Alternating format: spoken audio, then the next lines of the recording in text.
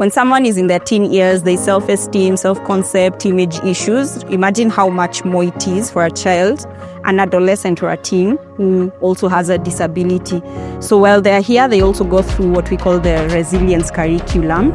There are about 13 units.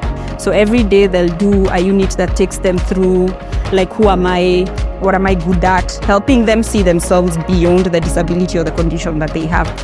As a co-founder of Cambridge, where we're making mobility aid affordable and accessible, I've been looking forward to the trip to Cure Kenya, where they have been transforming lives of kids. We saw a testimony of a young boy called Bovin, who is also currently going to nursing school and also part of the football team. These kids are getting back their dignity and also getting back the chance to dream bigger. And this is why it is an amazing experience to be part of this SIE currently. Looking forward to more learnings.